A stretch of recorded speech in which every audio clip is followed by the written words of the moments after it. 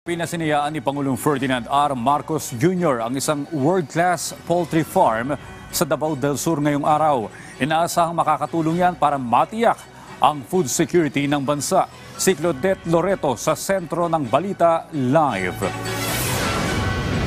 Yes, Audrey, maayong hapon. Alam mo, 80 o 80 million na manok kada taon. Ganito karami yung bilang ng posibleng ma-harvest na manok sa itinayong mega poultry farm dito sa bayan ng Hagonoy sa probinsya ng Davao del Sur. At ayon nga sa ating Pangulong Ferdinand Marcos Jr., abay malaking tulong ito upang masiguro mayroong sapat na supplyan ng manok ang bansa lalo't nalalapit na ang Kapaskuhan.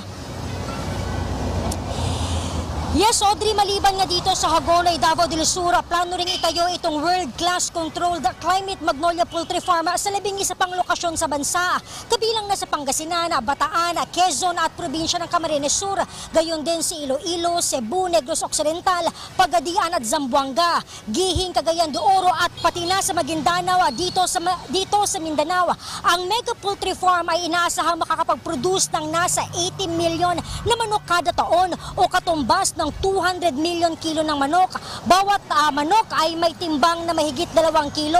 Ayon nga kay Pangulong Marcos Jr., sagot ito sa tumataas na demand ng karning manok lalo na ngayong holiday season. Tinatanaw din ito bilang daan upang makapagbigay ng trabaho sa mga Pilipino, kabilang na dito sa bayan ng Hagonoy.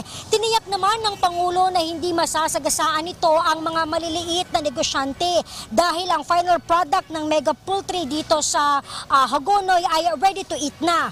Naging abiso din, Audrey, ng Pangulo sa kumpanya na gawin namang partner o gawing partner yung mga kooperatiba o yung komunidad upang hindi mapag-iwanan. Anya, kailangang ma-industrialize na ang sektor ng agrikultura to attain a food security na isa rin ngayon sa prioridad ng administrasyong Marcos Jr.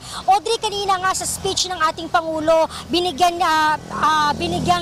diin niya na ang gobyerno ay willing to purchase or they are willing to purchase a vaccine against nitong avian flu na nakaapekto na rin no, sa nakaapekto na rin sa mga manok dito sa bansa. At gayon din yung banana industry, especially here in Mindanao, Audrey, na karamihan sa mga itinatanim dito na saging ay talagang tinamaan o dinapuan na ng sakit. At higit sa lahat, Audrey, binigyang din ng ating Pangulo na hindi mapag-iiwanan yung buong Mindanao at tuloy-tuloy nga yung paglulusa ng mga big ticket projects ito sa Mindanao, kabilang na yung railway system. At yan ang pinakahuling ulat mula rito sa probinsya ng Davao del Sur. Claudette Loreto para sa Bayan. Audrey? Daghang salamat, Claudette Loreto.